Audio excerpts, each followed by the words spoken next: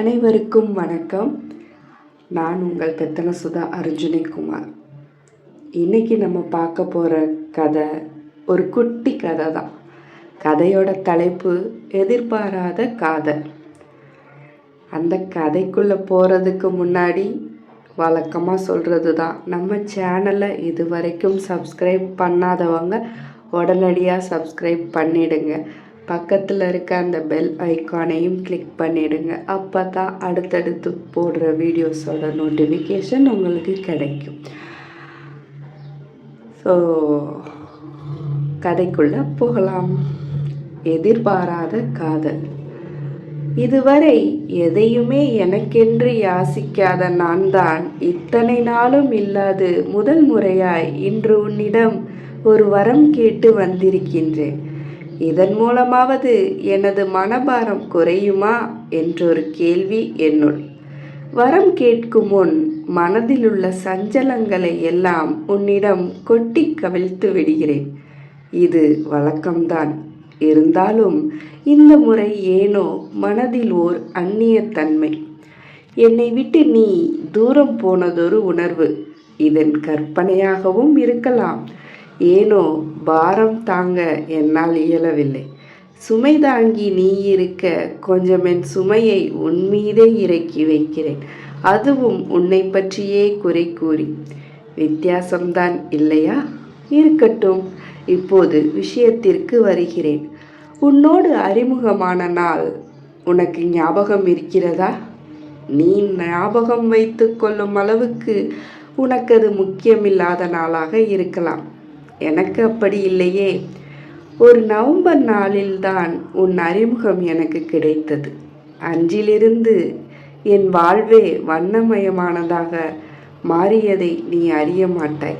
உன்னிடம் மட்டுமே நான் தயக்கமின்றி உரையாட ஆரம்பித்தேன். இயல்பாய் உனது பேச்சில் உள்ளத்தில் இருக்கும் குமுறல்கள் எல்லாம் இறக்கி வைக்க ஆரம்பித்தேன். நீ என்னை விட 7 வயது பெரியவன். இருந்தும் உன்னை டா போட்டு விழிக்க ஆரம்பித்தேன். ஒருமையில் அழைத்ததை நீயும் ஏற்றுக்கொண்டாய். நான் நெருக்கமாய் உன்னை உணரத் தொடங்கினேன். மெல்ல மெல்ல என் மொத்த உலகமும் நீயாகி போனாய். உன்னிடமிருந்து வரும் செய்திக்காக கைபேசியை கையில் வைத்துக்கொண்டு காத்திருக்க ஆரம்பித்து விட்டேன். என்னில் உனது ஆதிக்கம் அதிகரிக்க அதிகரிக்க இவ்வுலகிலேயே நான் இல்லை எனலாம். அந்த அளவிற்கு என்னை நீ வசீகரித்து வைத்திருந்த. வெற்றுத்தாளில் விழுந்த சின்னஞ்சிறு புள்ளியினை மட்டுமே பார்வை சட்டென்று கவ்விக்கொள்ளும் அப்பெரும் வெள்ளை பரப்பினை விட்டுவிட்டு, வெற்றுத்தாளாயினும் சரி, வெற்று தேகமாயிருந்தாலும் சரி, விண்வெளியாய் இருந்தாலும் சரி, புள்ளிகளுக்கு இங்கு மதிப்பதிகம். வெறும் சிறு புள்ளியாய் எண்ணித்தான் என் பரந்த பிரபஞ்சத்தில் விழுந்த உனை நான் எண்ணினேன் முதலில். மறைந்து விடுவாய் எனவும் மறந்து போவேன் எனவும் நினைத்ததற்கு மாறாய் நிலைத்து நின்றாய் சலவையிலும் போகாத கரையாய். அக்கரை பிறப்பிற்கு அப்பாற்பட்டிருக்கும் அக்கரையினை அடைய ஏதுவாய் வழிகாட்டியது. அதனாலேயே அடிக்கடி நீ காட்டும் அக்கறையும் எனக்கு பிடித்திருக்கிறது. பெரும் நீலப்பரப்பில் பூமியே புள்ளியாய் தெரிகையில் அப்புள்ளிக்குள் தொலைந்து போயிருக்கும் இவளுக்கு தெரிவதெல்லாம் வெறும் உலகு புள்ளி அல்ல, என் உயிர் புள்ளி மட்டுமே. உன் மீது கொண்ட பித்தின் காரணமாய் எனது குறிப்பேடுகள் எல்லாம் இதோ இப்படி கவிதை வரிகளால் நிரம்ப ஆரம்பித்திருந்தது. எனக்கும் அது நிரம்ப பிடித்திருந்தது. மகாபாரதத்தில் துரியனின் கண்களுக்கு யாரை பார்த்தாலும் வாசுதேவன் தெரிவான். அதை போல நானும் காணும் யாவிலும் உன்னை நினைக்க ஆரம்பித்தேன். இது காதல் எனும் நிலை தாண்டியது.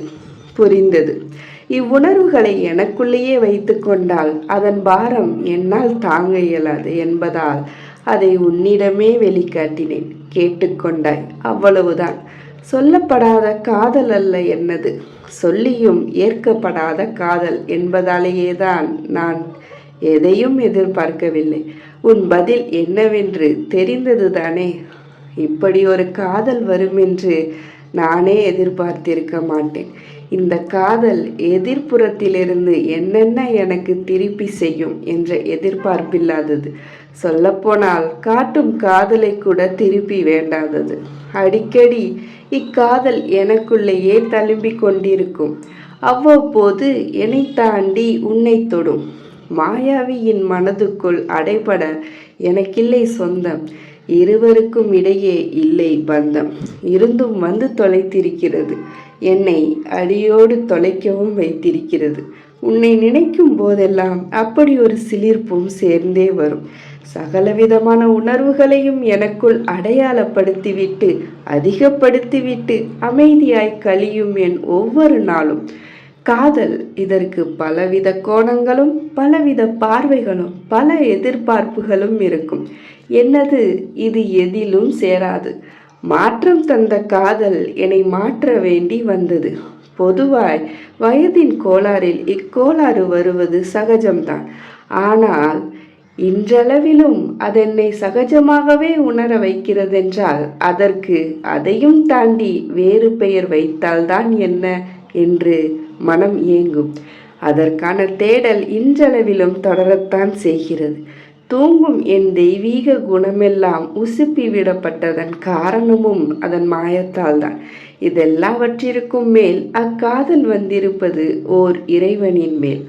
ஆம், உன்னை அப்படித்தான் அடையாளப்படுத்தி கொண்டிருக்கிறேன். ஆதலால் உன்மேல் அப்படி ஒரு உணர்வு வராமல் இருந்தால்தானே ஆச்சரியம். வாழ்க்கை என்னை புரட்டி போடும் நேரமெல்லாம் மீண்டும் மீண்டும் எழ வைக்கும் சிறப்பு கொண்ட பிறப்பு நீ. என் பிறப்பறுக்க பிறந்து வந்திருப்பவனும் நீ. நான் தனி என்று நினைக்கும் நேரமெல்லாம் நானும் நீதான் என்று எப்படியாவது உணர்த்தி விடுவாய். அவ்வொற்றை புரிதலில் அவ்வொற்றை வார்த்தையில் நீ எனும் பிம்பத்தில் எல்லாமே அடங்கியிருக்க அதற்குள்ளேயே இவளும் அடங்கியிருப்பதும் இயல்புதான். இயல்பான இவளின் செயல்பாடுகள் உன்னை தொல்லை செய்திருக்கலாம். சில நேரம் நெகிழ வைத்திருக்கலாம். சில நேரம் இம்சையாகவும் இருந்திருக்கலாம். இருந்துவிட்டு போகட்டுமே. என்னதான் என் காதலை ஏற்றுக்கொள்ளவில்லை என்றாலும் நீ என் மீது கரிசனமாகத்தான் இருந்தாய். அதுவே போதும் என்ற மனநிலை எனக்குள். 2 நாட்கள் நான் பேசாது விட்டாலும் நீயே செய்தி அனுப்பி விசாரிப்பாய். வானில் பறப்பது போல் இருக்கும். ஏதாவது முக்கியமான விஷயம் என்றாலும் நீ என்னிடமே ஆலோசனை கேட்பாய். கர்வமாய் இருக்கும். அனைத்தையும் என்னை நம்பியே சொல்வாய். அந்த நம்பிக்கைக்காக உயிரையே கொடுக்கலாம் என்று தோன்றும். உனது பேச்சுக்கள் அளவாய் இருக்கும். நானோ வாய் மூடாது உரையாடி கொண்டிருப்பேன். பெரிய அளவில் நீ பதில் சொன்னதில்லை என்றாலும் நீ அதற்கான பதில் சமிச்சை அனுப்ப தவறியதே இல்லை. நான் எதிர்பார்க்காத நேரங்களில் எல்லாம் உன் புகைப்படம் எனது கைபேசி வழியாய் கண்ணுக்குள் வந்து நிற்கும். ஐயோ அழகு என்று சுத்தி போட தோன்றும். சில சமயம் கேட்டும் அனுப்ப மாட்டாய், அது வேறு விஷயம். உனக்கும் எனக்குமான ஆரம்பகால உரையாடல்களில் எல்லாம் நீயும் பேசிக்கொண்டிருந்தாய், என்னை தேடிக்கொண்டிருந்தாய். நான் அமைதியாக இருந்தால் என்னாயிற்று என்ற அலைபேசியில் நீயாய் அழைத்து பேசியும் இருக்கிறாய். சமீபமாய் நமக்கிடையே நீள் மௌனம் மட்டுமே. இப்போதெல்லாம் என்னை நீ தேடுவதே இல்லை. உனக்கு நான் ஒருத்தி இருப்பதே தெரியவில்லை. இருந்தாலும் உன்னை தவறாக நினைக்கவோ திட்டவோ மனம் வரவில்லை. அது எப்போதும் எனக்கு வராது. ஒரு நாள் உனக்கும் எனக்கும் பொதுவான ஒரு நபர் தனது கைபேசியில் நீ வைத்திருக்கும் ஸ்டேட்டஸ் பார்த்து கொண்டிருந்ததை பார்க்கும்போது சின்னதாய் ஒரு வலி முணுக்கென்று பரவி இதயம் முழுதும் தாக்கத் தொடங்கிவிட்டது. இது பெரிய விஷயமா என்று கேட்கலாம். எனக்கு காட்டாத ஸ்டேட்டஸ் அங்கே காட்டினால் அது பெரிய விஷயம்தானே. விட்டுவிட்டேன். நமது அறிமுகத்திற்கு பிறகான ஒரு சம்பவம். உனது ஊருக்கு நீ வரவிருந்தாய். உன்னை சந்திக்க வேண்டும் என்று நான் காத்திருந்தேன். என்னை சந்திக்கவே வருவதாய் நீயும் வாக்கு தந்தாய். அது ஒரு பொய் வாக்குறுதி என்று ஊருக்கு வந்துவிட்டு கிளம்பிய பின்னர் அறிந்து கொண்டேன். மீண்டும் வலி பரவியது. இதயத்தினை தாங்கி பிடித்து கொண்டேன். 2ஆம் முறையும் வந்தாய். அதே வாக்குறுதி தந்தாய். பொய்யாக்கிவிட்டு பொதுவாய் இருந்த அந்த நபரை மட்டும் சந்தித்து விட்டு சென்று விட்டாய். என்னை பார்க்க நேரமில்லை, ஒரு பிரச்சனை, அதை தீர்க்கவே நேரம் சரியாக இருந்தது என்று சொன்னார். அதுவும் கிளம்பி சென்று சாவகாசமாய் உரைத்தாய். இப்போது அதீத வலி, யாரோ போலாகிவிட்டதாய் உணர்வு. இடைப்பட்ட நாட்களில் செய்தி அனுப்பினாலும் பதில் என்ற ஒன்று உன்னிடமிருந்து வரவே இல்லை. மனதை தேற்றி நடமாடிய போது நீயும் அந்நபரும் எடுத்துக்கொண்ட புகைப்படம் கண்ணில் பட்டுவிட கோபத்தில் அருகே இருந்த அலமாரியில் ஓங்கி குத்தி கொண்டேன். விழியில் திடீரென நீர்க்கசிவு, கையிலோ பெரும் வலி. யாரும் கண்டு கொள்ளக்கூடாதென்று குளியலறை உள்ளே வாசம். வெகு நேரம் கழித்து முகத்தினை கழுவி விட்டு வருகையில் அதல பாதாளத்தினுள் தலைக்குப்பிற விழுந்தது போல் ஆகிவிட்டு, இதற்கேன் வாக்கு தர வேண்டும்? நிறைவேற்ற முடியாத நிலையில் ஏன் அப்படி சொல்ல வேண்டும்? சண்டை போட வேண்டும் என்று தோன்றியது, போட்டேன். ஒரே வார்த்தை தான் உன்னிடமிருந்து பதிலாக வந்தது. என்னை பற்றி நன்றாக புரிந்து வைத்திருக்கும் நீயே இப்படி சொல்லலாமா என்று. புரிந்து வைத்திருப்போர்க்கெல்லாம் வலிக்காது என்ற பொருளா? இல்லை, அவர்கள் எல்லாவற்றையும் ஏற்று கடந்து விட வேண்டுமா? இந்த வலி உனக்கு புரிய வாய்ப்பில்லை. காரணம், உன்னால் என் மனநிலையை தெளிவாக புரிந்து கொள்ள முடியவில்லை. என்னை பற்றி சகலமும் அறிந்தவன் நீதான். இருந்தும் இந்த வலியை மட்டும் உன்னால் ஏனோ உணரவே முடியவில்லை, இல்லையா?